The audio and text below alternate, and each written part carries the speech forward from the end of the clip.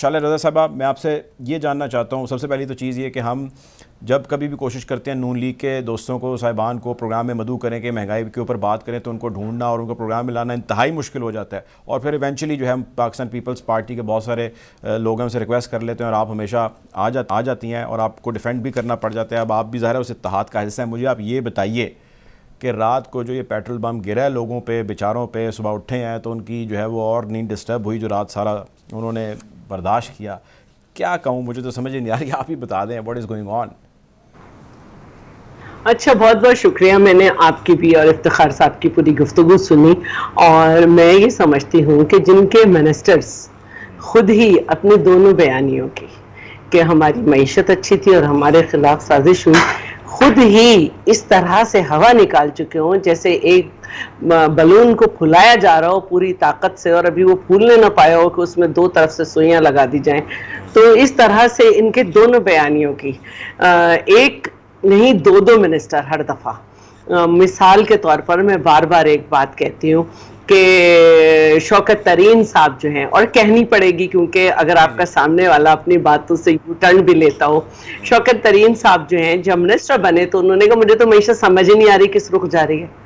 پھر state bank, پھر انہوں نے یہ بھی کہا کہ پیپلز پارٹی نے تو بہت ہی آسان شرائط پر آئی ایم ایف سے معاہدہ کیا تھا، یہ ساری ٹی وی پہ موجود ہیں۔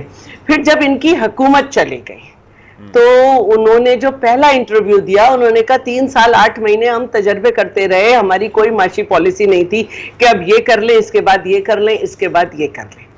یہ ان کا ان ریکارڈ اسٹیٹمنٹ موجود ہے، اور انہی کے دور میں اسٹیٹ بینک کی اتنی دفعہ یہ اسٹیٹمنٹ موجود ہے کہ تمام معاشی پالیسیز کا ڈائریکٹ اثر مڈل کلاس اور غریب پہ پڑا ہے، اور مڈل کلاس جو ہے وہ غریب ہو گئی ہے۔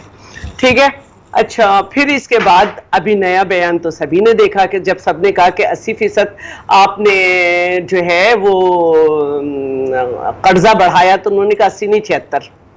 تو یہ ہو گیا۔ اب آپ آ جائیں شیخ رشید، نہیں میں اپنی بات پوری کر لوں۔ اب شیخ رشید نے کہا معیشت پہ کہ ہماری حکومت بارودی سرنگیں بچھا کر گئی ہے۔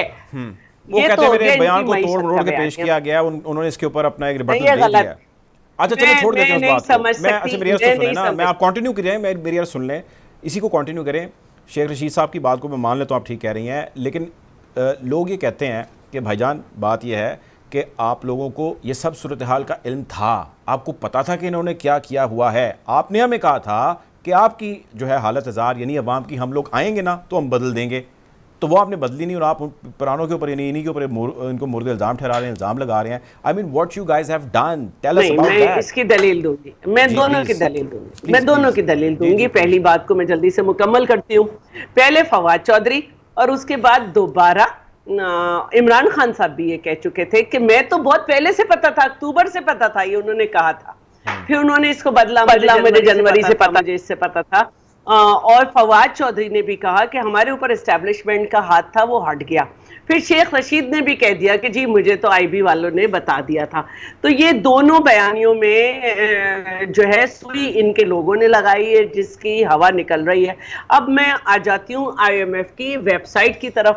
آئی ایم ایف کی ویب سائٹ پر جو ہے یہ بالکل موجود ہے کہ پی ٹی آئی حکومت نے $1 ارب تو لے لیے، لیکن معاہدے کے مطابق پیٹرولیم مصنوعات پر ہر ماہ $4 لیٹر اور پیٹرولیم لیوی بڑھائی جائے، پیٹرولیم لیوی میں اضافہ $30 فی لیٹر تک کیا جائے۔ پی ٹی آئی حکومت نے نہ تو پیٹرولیم لیوی میں اضافہ کیا، نہ پیٹرولیم پروڈکٹ میں قیمت بڑھائی، اور سیلز ٹیکس بڑھانے کو انہوں نے کہا تھا، انہوں نے 0 کر دیا۔ اب اس کو کوئی جھٹلا نہیں سکتا کیونکہ یہ تاریخ کے حساب سے لکھا ہے، دستاویزات جو ہیں ویب سائٹ پر آئی ایم ایف کی، اس کے مطابق پیٹرولیم لیوی بڑھانے کی یقین دہانی 17 دسمبر 2021 کو کرائی، اور اس پہ دستخط سابق گورنر اسٹیٹ بینک اور وزیر خزانہ شوکت ترین نے 4 فروری کو کیے۔ ٹھیک ہے، اس کے بعد انہیں $1 ارب مل گئے۔ اب ان کا کام تھا کہ جب انہوں نے سائن کر دیے، سب کچھ کر دیا، یقین دہانی کر دی، $1 ارب پکڑ لیے، تو جی وہ خالہ جی کا گھر دیں گے۔ اب آپ کو اس پہ عمل کرنا ہے. انہوں نے نہیں کیا, اس سے پاکستان ڈیفالٹ میں چلا جاتا. اب میری بات سن لیں, بس میں آپ کی بات سے اس کو ملا رہی ہوں. اور جو دوست ممالک تھے انہوں نے بھی کہا کہ اگر IMF کی شرائط پوری نہیں ہوں گی تو ہم بھی جو ہے وہ پاکستان کے ساتھ اس طرح کی ڈیل نہیں رکھیں گے. یہ تھی صورتحال جس کو دیکھ کر کہ ریاست ہمارا پاکستان ڈیفالٹ میں چلا جاتا. ہم نے اس مشکل وقت میں کہ جب اسٹیبلشمنٹ نے ان پہ سے ہاتھ ہٹایا, ہم نے ان کے سارے اتحادیوں کو یہ صورتحال بتائی. یہ صورتحال بتا کر ہم نے کہا کہ ہم اس مشکل وقت میں ہم کھڑے ہوں گے, ورنہ یہ تو 3 سال 8 مہینے روتے رہے کہ ہم کچھ کر ہی نہیں سکتے, نہ معیشت اچھی ملی, نہ فلانا اچھا ملا, نہ فلانا اچھا ملا.